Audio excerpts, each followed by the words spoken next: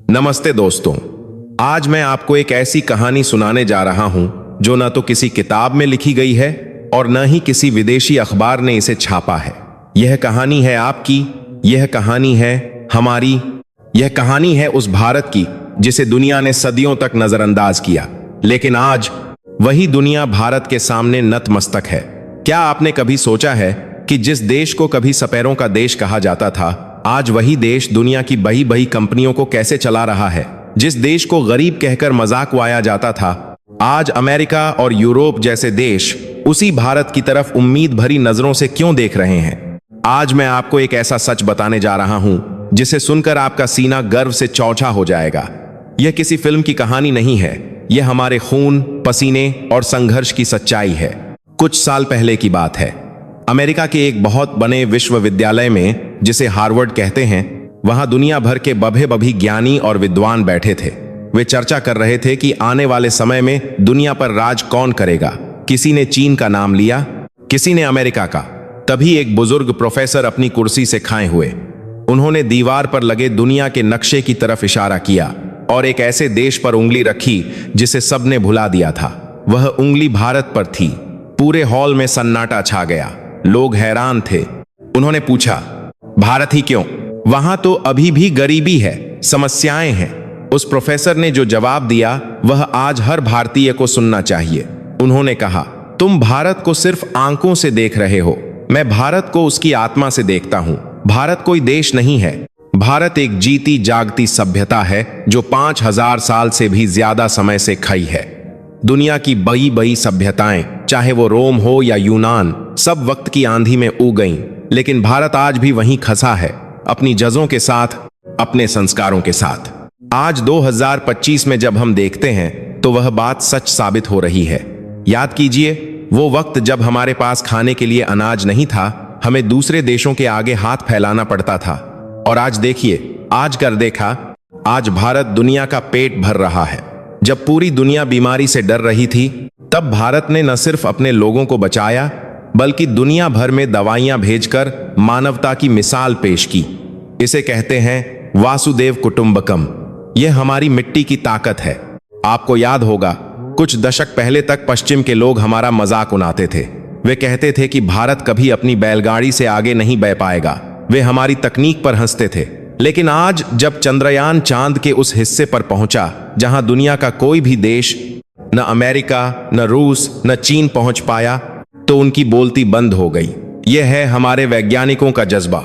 हमारे पास संसाधनों की कमी हो सकती है, लेकिन हमारे पास जो दिमाग है, जो जुगां है, जो संकल्प है, उसका कोई मुकाबला नहीं कर सकता।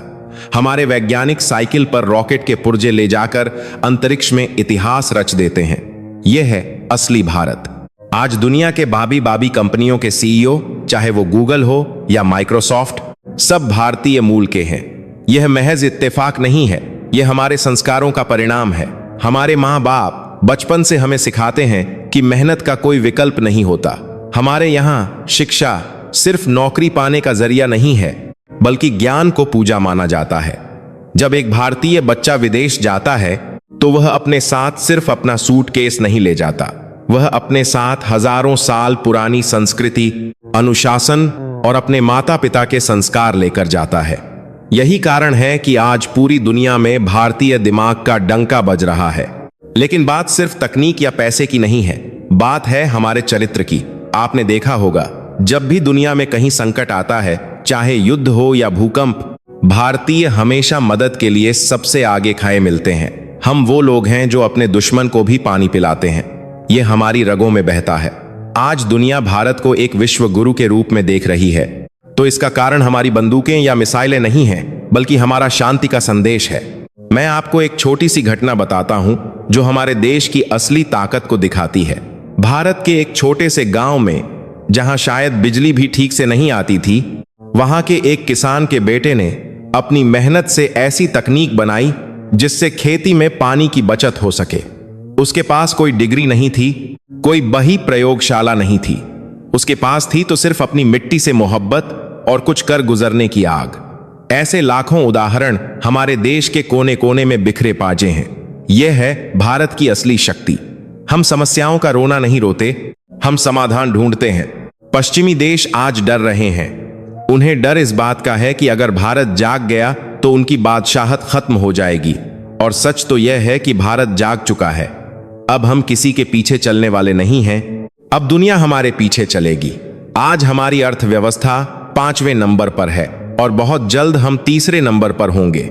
लेकिन यह सिर्फ नंबरों का खेल नहीं है, यह बदलाव है हर उस भारतीय के जीवन में जो सुबह सूरज निकलने से पहले उठता है और दिन रात मेहनत करता है। क्या आपने कभी सोचा है कि भारत पर इतने आक्रमण क्यों हुए? सिकंदर से लेकर मुगलों और अंग्रेजों तक सबने भारत को लूटने की कोशिश की। क्यों? क्योंकि भारत सोने की चिड़िया था। हमारे पास सिर्फ सोना चांदी ही नहीं था, हमारे पास ज्ञान का खजाना था, मसाले थे, कपड़ा था और सबसे बचकर हमारे पास आध्यात्मिक शांति थी। उन्होंने हमारे मंदिर तोसे, हमारे विश्वविद्यालय जलाए, हमारी दौलत लूटी, लेकिन वे एक चीज नहीं लूट पाए, हमारा आत्मसम्मान, हमारी जिजीविशा। हम गिरे लेकिन फिर खड़े हुए। हर बार हम पहले से ज्यादा मजबूत होकर उभरे। आज हम फिर से उसी सोने की चिड़िया बनने की राह पर हैं। लेकिन इस बार हमारे पंख लोहे और तकनीक के बने हैं जिसे कोई काट नहीं सकता। आज के समय में जब मैं देखता हूं कि हमारे नौजवान अपनी संस्कृति की तरफ वापस लौट रहे हैं तो मेरा दिल भर आता है। एक समय था जब हम अपनी भाषा बोलने में, अपने कपड़े पहनने में शर्म महसूस करते थे। हमें लगता था कि जो कुछ पश्चिम से आता है वही अच्छा है। लेकिन आज हवा बदल गई है। आज योग पूरी दुनिया कर रही है। आज हमारा आयुर्वेद दुनिया के लिए वैकल्पिक चिकित्सा नहीं बल्कि मुख्य चिकित्सा बनता जा रहा है। आज नमस्ते करना पूरी दुनिया के लिए सम्मान का प्रतीक बन गया है। यह सब अपने आप नहीं हुआ, इसके पीछे हमारे उन पूर्वजों का तप है जिन्होंने अपनी संस्कृति को बचाए रखा। हम एक ऐसे देश के वासी हैं जहां पत्थर को भी भगवान मानकर पूजा जाता है, जहां नदियों को मां कहा जाता है और जहां पे पौधों में भी जान मानी जाती है। यह संवेदनशीलता ही हमारी ताकत है। दुनिया आज पर्यावरण के लिए रो रही है, लेकिन हमारे पूर्वजों ने हजारों साल पहले ही हमें प्रकृति के साथ तालमेल बिठाकर जीना सिखा दिया था। आज दुनिया को भारत की जरूरत है, क्योंकि भारत के पास वो रास्ता है जो विनाश से नहीं बल्कि विकास और शांति की ओर ले जाता है। आप देखिए, हमारा लोकतंत्र कितना अद्भुत है। हमारे यहाँ सैकड़ों भाषाएं हैं, हजारों जातियां हैं, अलग अलग धर्म हैं, अलग अलग खान पान हैं, फिर भी हम एक हैं। जब राष्ट्रगान बजता है तो कश्मीर से लेकर कन्याकुमारी तक और गुजरात से लेकर अरुणाचल तक हर भारतीय सावधान की मुद्रा में खसा हो जाता है। यह एकता ही हमारी ढाल है। दुनिया के पंडित हैरान होते हैं कि इतना विविधता वाला देश बिखरता क्यों नहीं। वे नहीं जानते कि हमें जोड़ने वाला धागा कोई कानून या संविधान नहीं है, बल्कि हमारी साझा संस्कृति और हमारा भाईचारा है। आज भारत के गांव बदल रहे हैं। जिस गांव में कभी चिट्ठी पहुंचने में घंटों लगते थे, आज वहां का नौजवान इंटरनेट के जरिए दुनिया से जुड़ा हुआ है। वह गांव में बैठकर अपना सामान दुनिया के किसी भी कोने में बेच सकता है। यह डिजिटल क्रांति सिर्फ शहरों तक सीमित नहीं है, यह भारत के हर घर तक पहुंच रही है। आज सब्जी वाला भी फोन से पैसे लेता है। यह देखकर बज्जे बज्जे विकसित देशों के लोग भी दांतों तले उंगली दबा लेते हैं कि भारत ने इतनी जल्दी यह सब कैसे कर लिया। इसका जवाब है हमारी अनुकूलन क्षमता। हम भारतीय किसी भी परिस्थिति में ढलना जानते हैं और उसे अपना बनाना जानते हैं। लेकिन दोस्तों, यह तो बस शुरुआत है। मंजिल अभी दूर है। हमें अभी और मेहनत करनी है। हमें यह साबित करना है कि हम सिर्फ आबादी में बातें नहीं हैं, हम गुणवत्ता में भी सबसे आगे हैं। हमें अपने अंदर के हीन भावना को पूरी तरह से खत्म करना होगा। हमें गर्व से कहना होगा कि हाँ, हम भारतीय हैं और हम किसी से कम नहीं। आने वाला समय भारत का है। यह दीवार पर लिखी इबारत की तरह सान है, लेकिन यह समय हमारा तभी होगा जब हम अपनी जज्जों से जुड़े रहेंगे। अगर हम अपनी संस्कृति भूल गए तो हम अपनी पहचान खो देंगे। इसलिए चाहे हम चांद पर पहुंच जाएं या मंगल पर, हमारे पैर हमेशा अपनी धरती पर जमे रहने चाहिए। हमें अपने बुजुर्गों का सम्मान, अपने परिवार का महत्व और अपने समाज के प्रति जिम्मेदारी को कभी नहीं भूलना चाहिए। दुनिया आज भारत की तरफ देख रही है, डर से नहीं बल्कि सम्मान से। वे देख रहे हैं कि कैसे एक पुराना हाथी अब चीते की रफ्तार से दौड़ रहा है। वे देख रहे हैं कि कैसे 140 करोड़ लोग एक साथ मिलकर कदम से कदम मिलाकर आगे बढ़ा रहे हैं। यह नजारा अद्भुत है। यह नजारा डरावना है उनके लिए जो भारत को दबाकर रखना चाहते थे। लेकिन यह नजारा सुखद है उनके लिए जो दुनिया में संतुलन और शांति चाहते हैं। मैं चाहता हूं कि आप सब एक पल के लिए अपनी आंखें बंद करें और महसूस करें उस ऊर्जा को जो इस देश की मिट्टी में है। महसूस करें उन लाखों स्वतंत्रता सेनानियों के बलिदान को जिन्होंने हमें यह आजादी दी। महसूस करें उन किसानों के पसीने को जो हमारा पेट भरते हैं। महसूस करें उस जवान के त्याग को जो सियाचिन की ठंड में और राजस्थान की गर्मी में सीमा पर खचा है ताकि हम चैन से सो सकें। जब आप यह महसूस करेंगे तो आपको पता चलेगा कि आप कितने भाग्यशाली हैं कि आपने इस पुण्य भूमि पर जन्म लिया है। यह कहानी किसी एक आदमी की नहीं है, यह कहानी हम सबकी है और इस कहानी का अंत अभी नहीं लिखा गया है। इस कहानी के लेखक आप हैं, मैं हूं और हमारी आने वाली पीढ़ियां हैं। हमें इस कहानी को इतना सुंदर और इतना महान बनाना है कि आने वाले 1000 सालों तक दुनिया भारत का नाम इज्जत से ले। आज हमने बात की है भारत की उस छवि की जो दुनिया के सामने उभर रही है, लेकिन इस छवि के पीछे हजारों साल का एक ऐसा इतिहास छिपा है जो ज्ञान, विज्ञान और शौर्य से भरा हुआ है। क्या आपको पता है कि जब दुनिया के बाकी लोग जंगलों में रहते थे तब हमारे यहाँ सिंधु घाटी जैसी विकसित सभ्यता थी? क्या आपको पता है कि प्लास्टिक सर्जरी से लेकर हवाई जहाज की कल्पना तक सब हमारे वेदों और पुराणों में पहले से मौजूद था? अगले भाग में एको को यूजिक इन पत्रों से एहसान को मैं आपको लेकर चलूंगा इतिहास के उन पन्नों में जिसे शायद जानबूझकर हमसे छुपाया गया। मैं आपको बताऊंगा कि कैसे भारत ने दुनिया को गणित सिखाया, कैसे भारत ने दुनिया को खगोल विज्ञान सिखाया और कैसे हमारे ऋषियों ने वो खोजें की जिन तक आधुनिक विज्ञान आज पहुंच रहा है। तैयार रहिएगा क्योंकि असली गर्व की गाथा तो अभी शुरू हुई है। नमस्ते दोस्तों, स्वागत है आपका इस सफर के अगले पड़ाव पर। पिछले भाग में हमने देखा कि आज का भारत कैसे दुनिया की आंखों में आंखें डालकर बात कर रहा है, लेकिन आज मैं आपको समय के पहिए को थोड़ा पीछे घुमाने के लिए कहूंगा। हमें पीछे जाना होगा 100 साल नहीं, 200 साल नहीं, बल्कि हजारों साल पीछे, क्योंकि एक पे कितना भी ऊंचा क्यों ना हो जाए, अगर उसकी जड़ें कमजोर हैं तो वह पहली आंधी में गिर जाएगा। और भारत की जड़ें इतनी गहरी हैं कि बही से बही आंधी भी उसका बाल बांका नहीं कर पाई। आजकल कुछ लोग कहते हैं कि विज्ञान पश्चिम की देन है। वे कहते हैं कि अगर अंग्रेज नहीं आते तो हम आज भी अंधेरे में जी रहे होते। यह सुनकर मुझे हंसी भी आती है और दुख भी होता है। हंसी इसलिए क्योंकि वे अज्ञानी हैं और दुख इसलिए क्योंकि हमने खुद अपना इतिहास नहीं पढ़ा। आज मैं आपको वो सच बताऊंगा जिसे सुनकर आपको अपनी भारतीय होने पर इतना गर्व होगा कि आप खुशी से झूम उठेंगे। जब दुनिया के बाकी देशों के लोग जंगलों में जानवरों की खाल पहनकर शिकार कर रहे थे, उन्हें यह भी नहीं पता था कि खेती कैसे होती है। ठीक उसी समय हमारे भारत में महान ऋषि मुनि वेदों की रचना कर रहे थे। हमारे यहाँ पक्के मकान थे, नालियों की व्यवस्था थी और नगर नियोजन ऐसा था जिसे देखकर आज के इंजीनियर भी हैरान रह जाते हैं।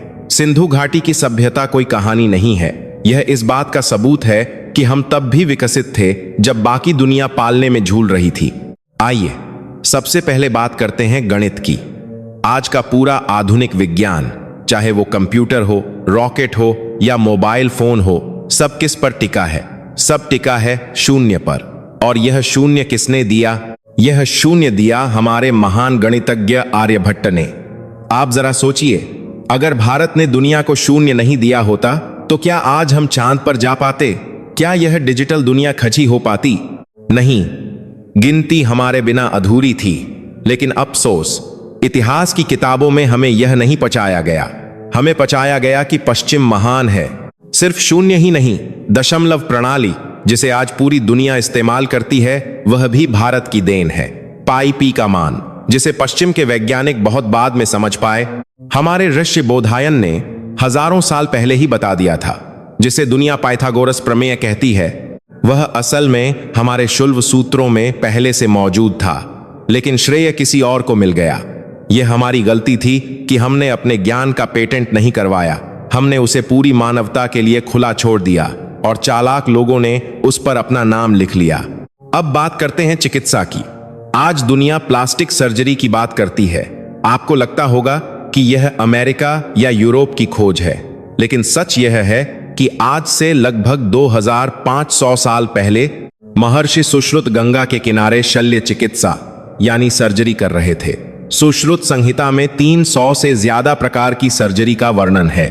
वे टूटी हुई नाक को जोड़ना जानते थे, मोतियाबिंद का ऑपरेशन करना जानते थे।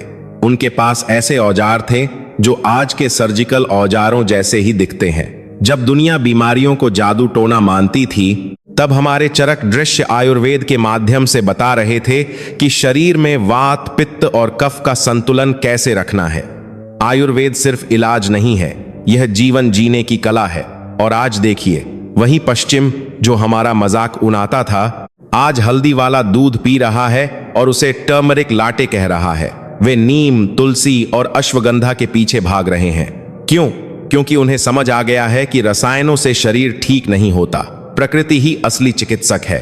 क्या आपको पता है कि गुरुत्वाकर्षण यानी ग्रेविटी की खोज किसने की? आप कहेंगे न्यूटन ने, क्योंकि हमें यही रटाया गया है। लेकिन न्यूटन से सदियों पहले हमारे भास्कराचार्य ने अपने ग्रंथों में स्पष्ट लिखा था कि पृथ्वी में एक ऐसी शक्ति है जो हर चीज को अपनी ओर खींचती है। हमारे पृथ्वी गोल को आंकता था कि पृथ्वी गोल को है। उन्हें पता था कि पृथ्वी सूर्य के चक्कर लगाती है।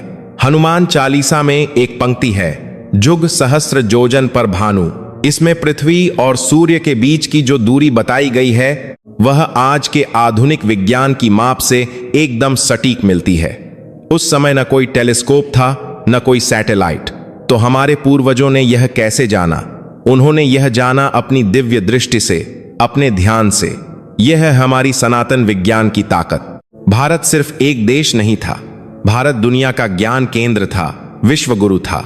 नालंदा और तक्षशिला जैसे विश्वविद्यालय इसके जीते जागते सबूत थे। दुनिया भर से, चाहे चीन हो, जापान हो या फारस हो, छात्र यहां पढ़ने आते थे।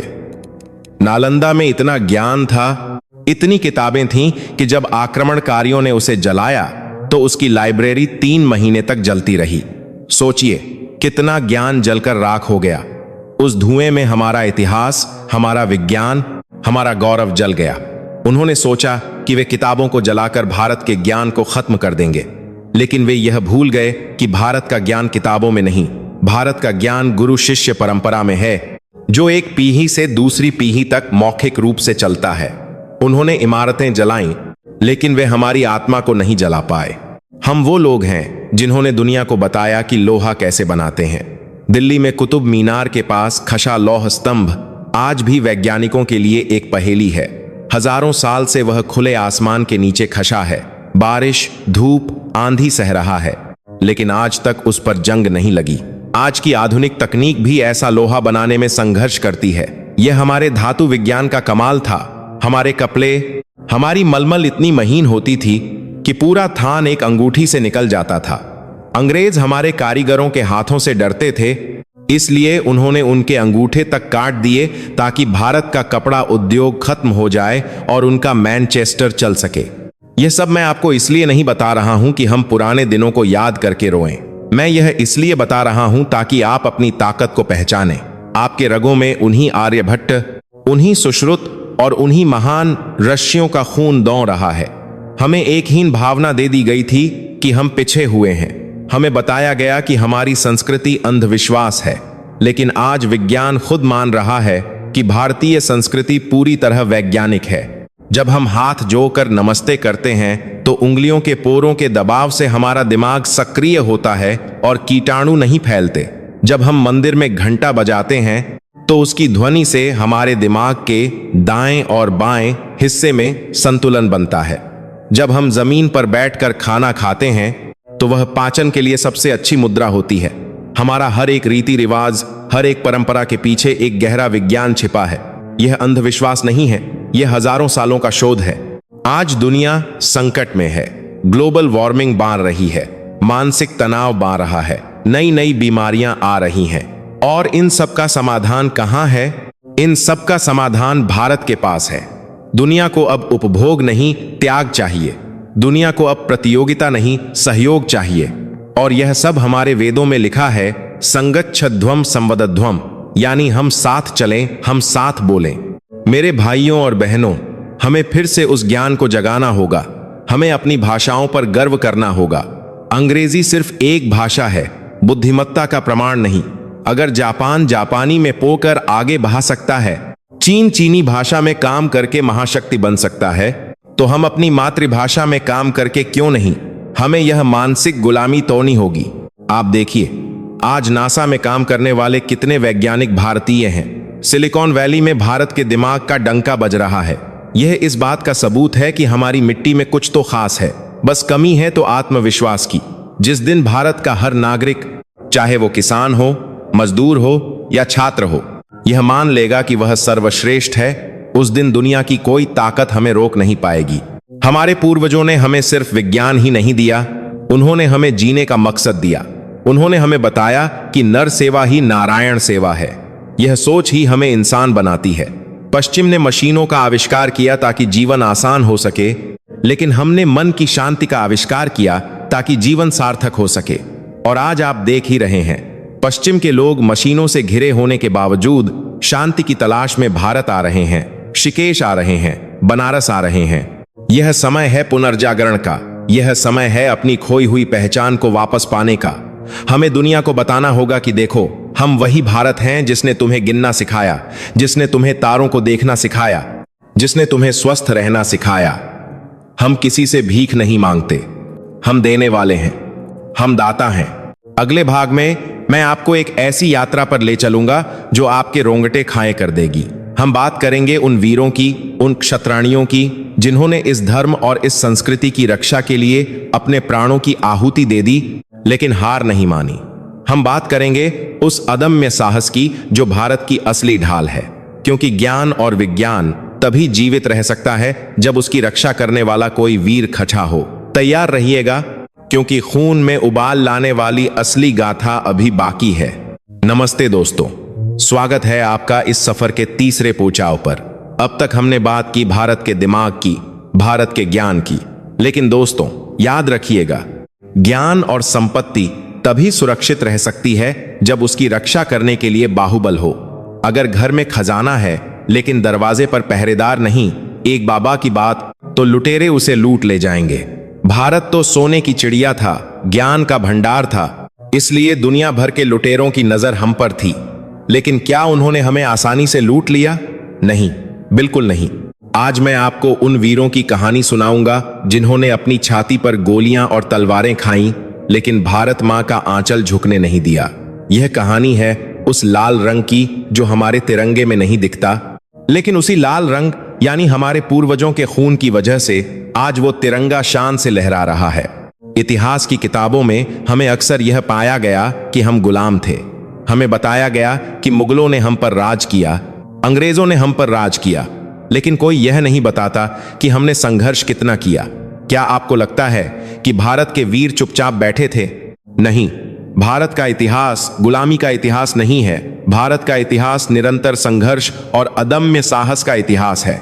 जरा सोचिए उस समय के बारे में जब एक तरफ लाखों की सेना थी, तोपें थीं, बारूद था, और दूसरी तरफ मुट्ठी भर राजपूत योद्धा थे जिनके पास सिर्फ अपनी तलवार और अपना स्वाभिमान था। मेवाड़ की उस पवित्र मिट्टी को याद कीजिए। महाराणा प्रताप, जिन्होंने महलों का सुख त्याग दिया, जंगल में रहे, घास की रोटियां खाईं, लेकिन उस बादशाह के आगे सर नहीं झुकाया जो पूरी दुनिया को जीतने का दम भरता था। यह जिद, यह पागलपन ही भारत की पहचान है। दुनिया के इतिहास में ऐसा उदाहरण कहां मिलेगा कि एक राजा अपने घोड़े चेतक के साथ मिलकर हाथी जैसी विशाल सेनाओं को धूल चटा दे। यह सिर्फ युद्ध नहीं था, यह इस बात का ऐलान था कि हम मर सकते हैं, मिट सकते हैं, लेकिन किसी की गुलामी स्वीकार नहीं कर सकते। और फिर याद कीजिए दक्षिण के उस शेर को, छत्रपति शिवाजी महाराज को, जब चारों तरफ अंधेरा था, जब हमारे मंदिरों को तोड़ा जा रहा था, तब एक आदमी खसा हुआ जिसने मुट्ठी भर मावलों को लेकर विशाल सल्तनतों की नींव हिला दी। उन्होंने हमें सिखाया कि दुश्मन चाहे कितना भी बड़ा क्यों ना हो, अगर हौसला बुलंद है और रणनीति सही है तो उसे हराया जा सकता है। उन्होंने स्वराज्य का सपना देखा। उन्होंने हमें बताया कि अपनी धरती पर राज करने का अधिकार सिर्फ और सिर्फ हमारा है। उन्होंने समुद्र में नौसेना बनाई क्योंकि वे जानते थे कि भविष्य में खतरा समंदर के रास्ते भी आएगा।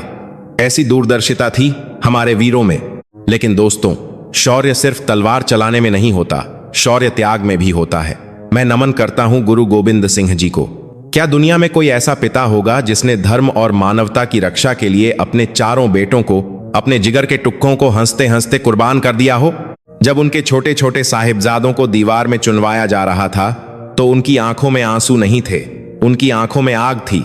उन्होंने धर्म नहीं बदला, उन्होंने सर नहीं झुकाया, उन्होंने शहादत को चुना। यह है भारत का डीएनए।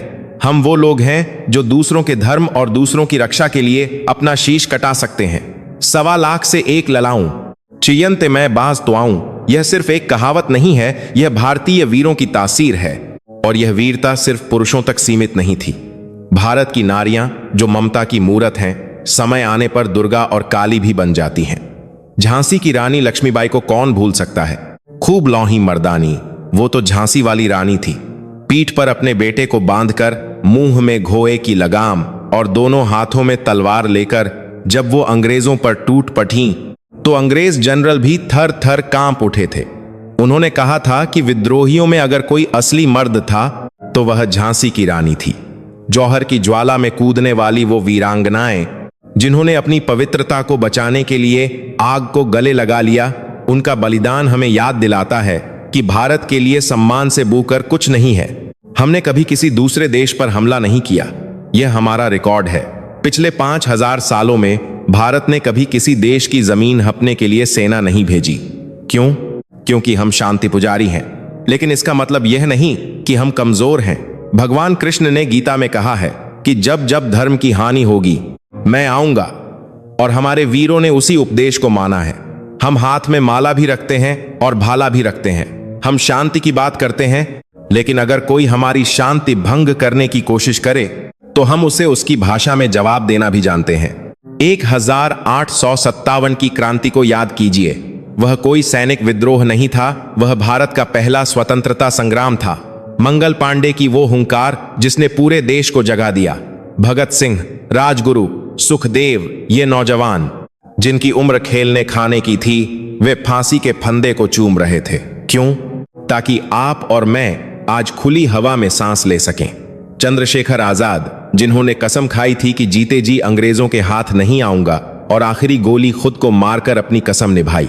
नेताजी सुभाष चंद्र बोस, जिन्होंने देश के बाहर जाकर सेना बनाई और अंग्रेजों की आंखों में आंखें डालकर कहा, तुम मुझे खून दो, मैं तुम्हें आजादी दूंगा। यह वो मिट्टी है दोस्तों, जहां हर घर से एक कहानी निकलती है। आज भी जब आप रात को चैन से अपने घरों में सोते हैं तो याद रखिएगा कि सियाचिन के ग्लेशियर में जहां तापमान -50 डिग्री होता है, वहां कोई भारतीय जवान अपनी राइफल थामे खसा है।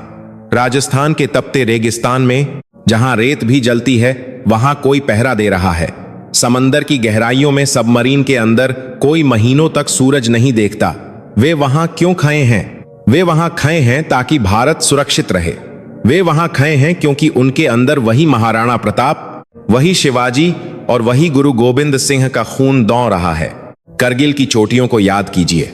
हमारे जवानों के पास ऊपर चोचने का रास्ता नहीं था, दुश्मन ऊपर बैठा था। लेकिन हमारे शेरों ने, जैसे कैप्टन विक्रम बत्रा ने कहा, ये दिल मांगे मोर और मौत को भी मात दे दी।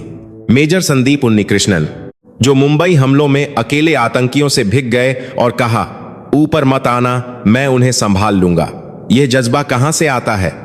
यह किसी ट्रेनिंग स्कूल में नहीं सिखाया जाता। यह जज्बा मां के दूध से मिलता है, यह जज्बा भारत की मिट्टी से मिलता है। हमें गर्व होना चाहिए कि हमारी सेना दुनिया की सबसे अनुशासित और मानवीय सेना है। हम युद्ध में भी नियम मानते हैं, लेकिन जब बात देश की सुरक्षा की आती है तो हम सर्जिकल स्ट्राइक करके घर में घुसकर मारना भी जानते हैं। आज दुनिया का नजरिया बदल गया है।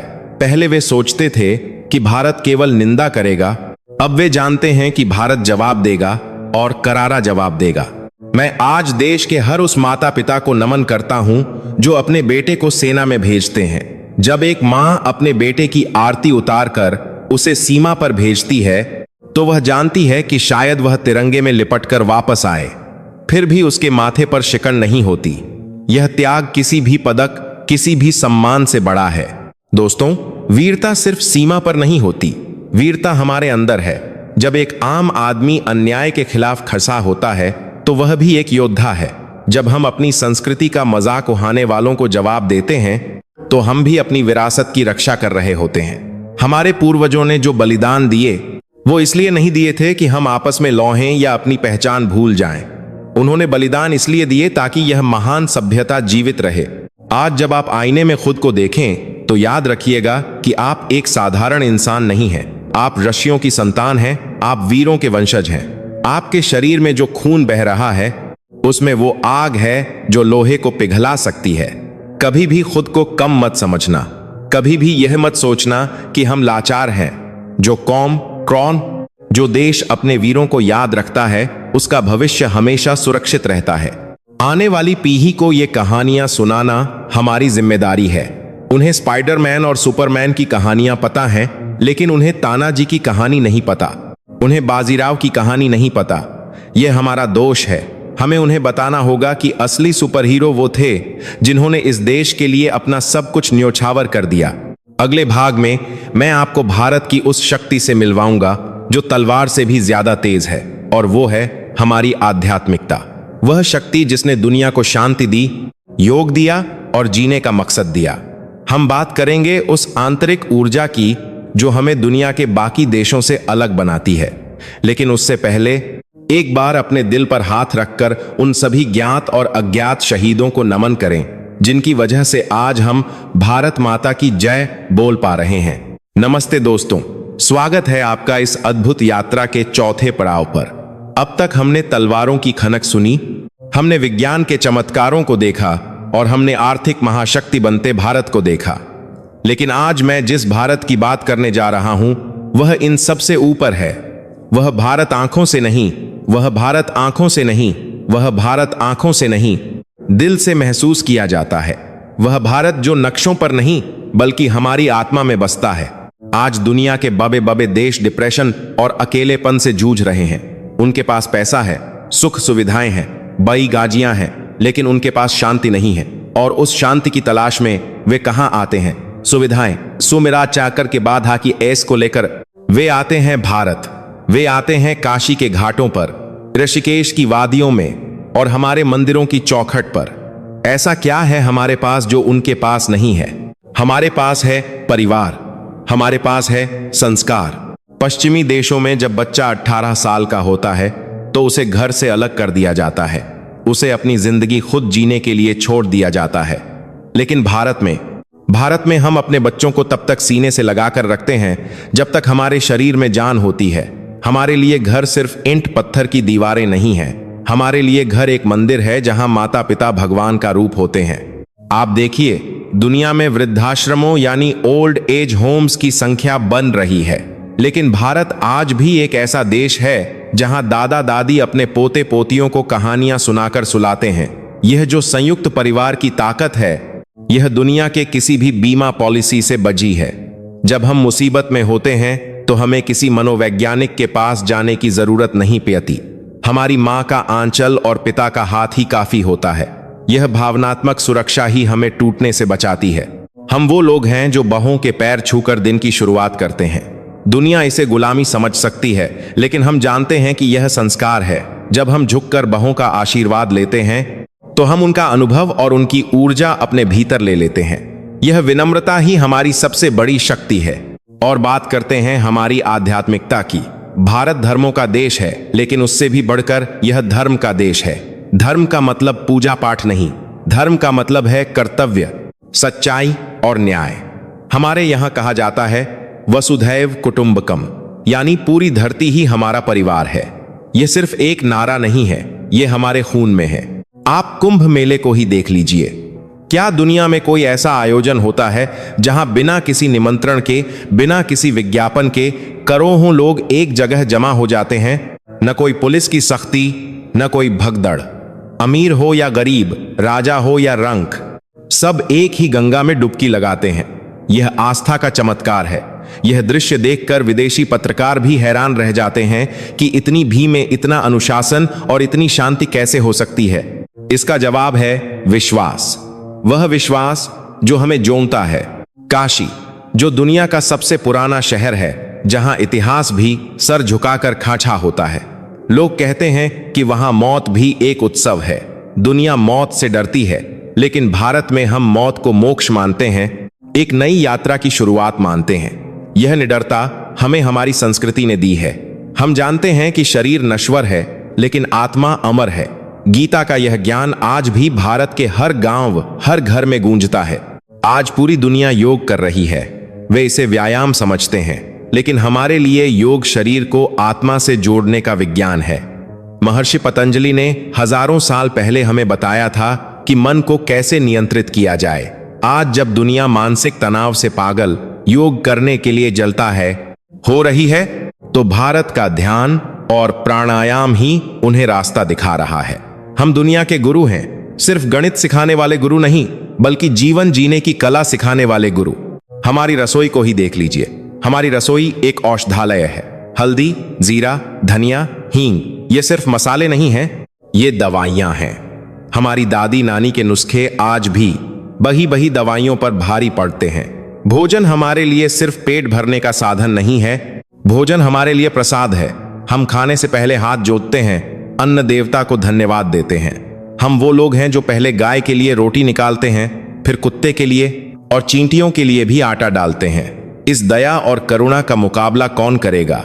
हम पत्थरों में भगवान देखते हैं, पेपों में भगवान देखते हैं। पीपल को जल चचाना, तुलसी की पूजा करना, सूर्य को अर्घ्य देना, यह हमें प्रकृति के प्रति कृतज्ञ होना सिखाता है। आज दुनिया पर्यावरण बचाने की बातें कर रही है, सम्मेलन कर रही है। अरे, हमारे पूर्वजों ने तो हजारों साल पहले ही कह दिया था कि प्रकृति हमारी मां है, उसका दोहन मत करो, उसका पोषण करो।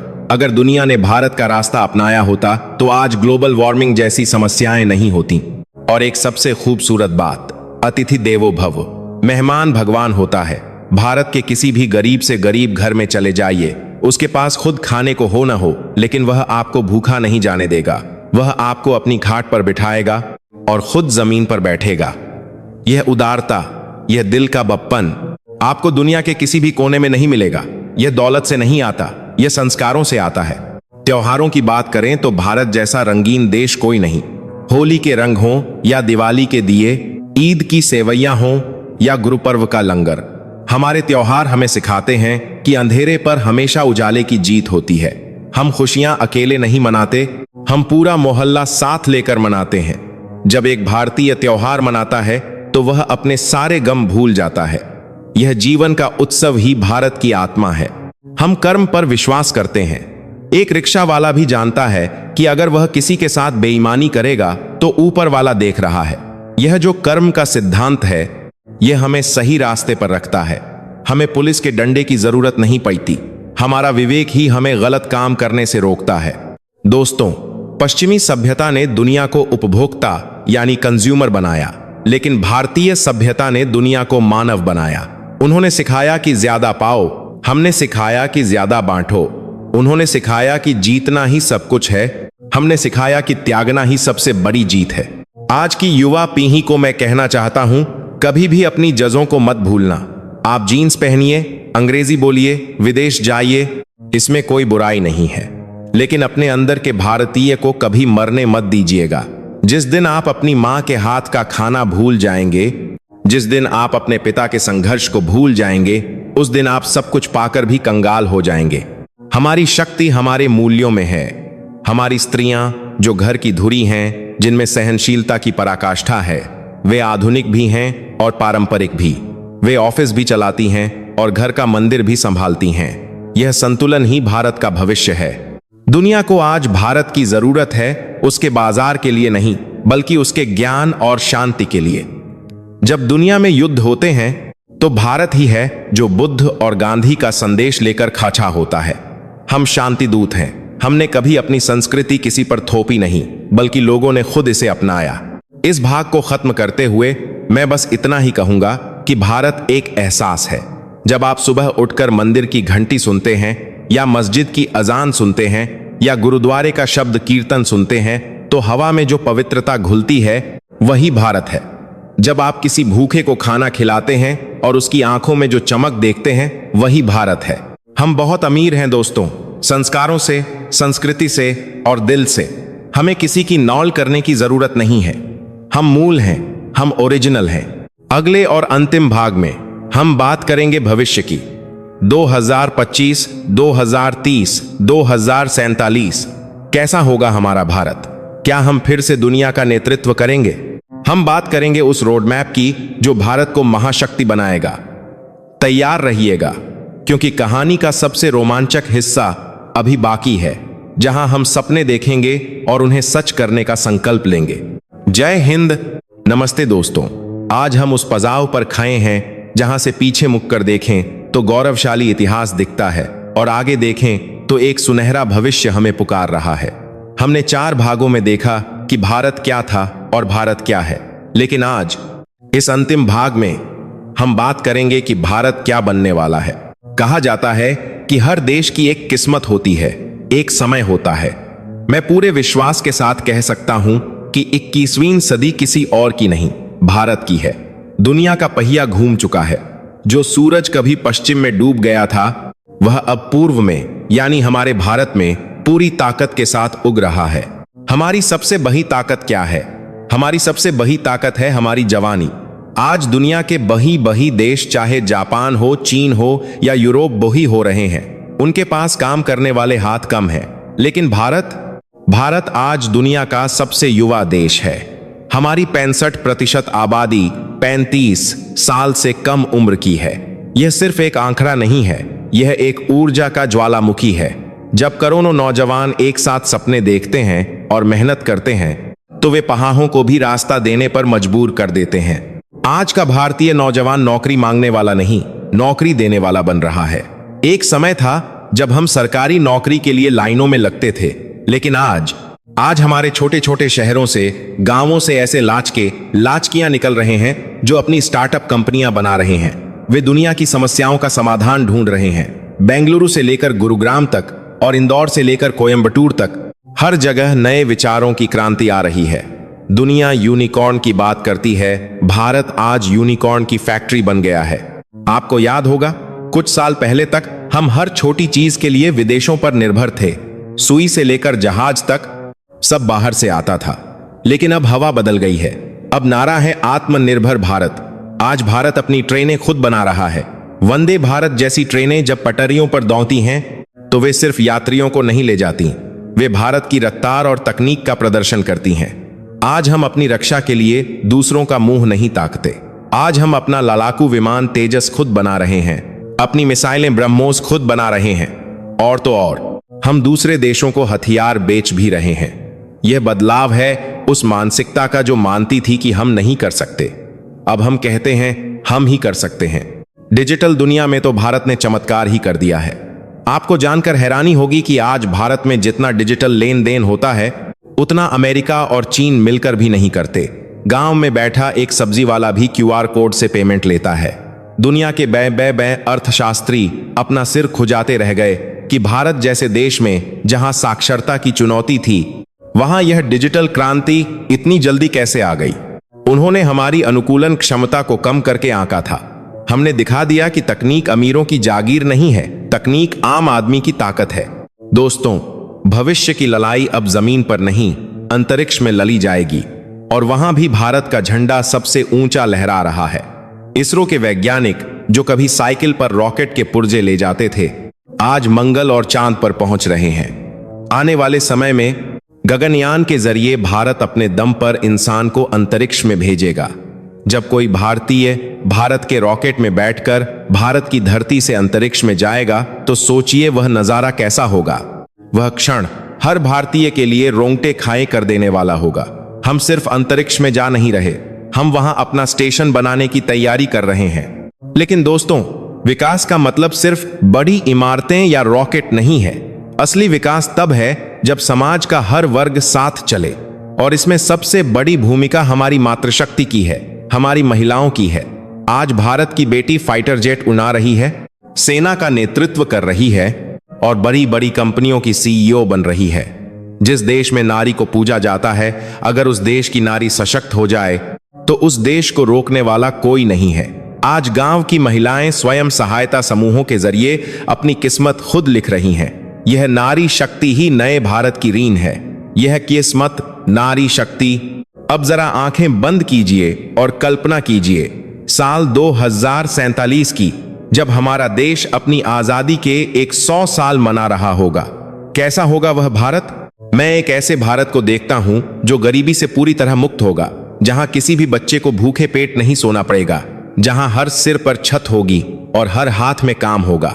मैं एक ऐसे भारत को देखता हूं जिसकी नदियां, हमारी गंगा और यमुना, उतनी ही निर्मल होंगी जितना वे वेदों के समय में थीं, जहां पर्यावरण और विकास एक साथ चलेंगे। मैं एक ऐसे भारत को देखता हूं जो दुनिया का विश्वगुरु होगा, लेकिन यह गुरुत्व तलवार के जोर पर नहीं, बल्कि ज्ञान और शांति के जोर पर होगी। जब दुनिया उलझनों में फंसी होगी तो वे समाधान के लिए भारत की तरफ देखेंगे। लेकिन दोस्तों, यह सपना बैठे बिठाए पूरा नहीं होगा। इसके लिए हमें तपस्या करनी होगी। यह अमृत काल है, यानी यह समय सोने का नहीं, जागने का है। हमें अपनी छोटी मोटी आपसी लड़ाइयों को छोड़ना होगा। जाति, भाषा और क्षेत्र के नाम पर लाना बंद करना होगा। हमें याद रखना होगा कि हमारी सिर्फ एक ही पहचान है, हम भारतीय हैं। कश्मीर से लेकर कन्याकुमारी तक और कच्छ से लेकर कोहिमा तक हम एक शरीर के अंग हैं। अगर पैर में चोट लगती है तो दर्द आंख को भी होता है। यही एकता हमें बनाए रखनी है। हमारी जिम्मेदारी है कि हम भ्रष्टाचार को जद से उखा फेंकें। कोई सरकार या कोई कानून अकेले यह नहीं कर सकता। जब हर नागरिक ईमानदार होगा, जब हम रिश्वत देना और लेना बंद करेंगे, तभी देश साफ होगा। हमें अपने काम में, चाहे हम मोची हों, डॉक्टर हों या शिक्षक हों, सर्वश्रेष्ठ देने की आदत डालनी होगी। चलता है वाला रवैया अब नहीं चलेगा। अब सिर्फ दौड़ता है और ऊठता है वाला रवैया चलेगा। मेरे बुजुर्गों, आपने इस देश को अपने खून पसीने से सींचा है। आपका आशीर्वाद हमें चाहिए। और मेरे नौजवान साथियों, यह देश अब तुम्हारे कंधों पर है। तुम्हारे पूर्वजों ने तुम्हें आजादी दी, अब तुम्हें इस आजादी को महानता में बदलना है। दुनिया तुम्हें बाजार के रूप में देख रही है, लेकिन तुम्हें दुनिया को दिखाना है कि हम बाजार नहीं, हम विधाता हैं। आज भारत की आवाज संयुक्त राष्ट्र से लेकर गबीस तक गूंज रही है। जब भारत बोलता है तो दुनिया सुनती है। रूस और यूक्रेन के युद्ध में भी दुनिया को उम्मीद थी कि भारत मध्यस्थता करे। यह है हमारी नई हैसियत। हमें इस भरोसे को कायम रखना है। अंत में मैं बस इतना कहना चाहता हूं, भारत सिर्फ एक जमीन का टुकड़ा नहीं है, यह एक जीता जागता देवस्थान है। इसके कंकर कंकर में शंकर हैं, इसकी हर बूंद में गंगा है। इस मिट्टी का कर्ज हमारे ऊपर है और इस कर्ज को चुकाने का एक ही तरीका है, हम अपना जीवन देश के नाम कर दें। इसका मतलब यह नहीं कि सबको सीमा पर जाकर लालना है। इसका मतलब है कि आप जहां हैं, जो कर रहे हैं, उसे पूरी ईमानदारी और देश प्रेम के साथ करें। अगर आप एक छात्र हैं तो ऐसे पढ़ें कि आपका ज्ञान देश के काम आए। अगर आप एक व्यापारी हैं तो ऐसे व्यापार करें कि देश की अर्थव्यवस्था मजबूत हो। आओ आज हम सब मिलकर एक संकल्प लें। संकल्प लें कि हम भारत को स्वच्छ रखेंगे। संकल्प लें कि हम अपनी विरासत पर गर्व करेंगे। संकल्प लें कि हम भारत की एकता को कभी टूटने नहीं देंगे। संकल्प लें कि 2047 तक हम भारत को दुनिया का सिरमौर बनाकर ही दम लेंगे। यह आग जो हमारे दिलों में जली है, इसे बुझने मत देना। जब तक सूरज और चांद रहेंगे, भारत का नाम अमर रहेगा। हमारे डशियों का सपना, हमारे शहीदों का सपना अब हकीकत बनने जा रहा है। उठो, जागो और तब तक मत रुको जब तक लक्ष्य प्राप्त न हो जाए। जय हिंद, जय भारत, वंदे मातरम।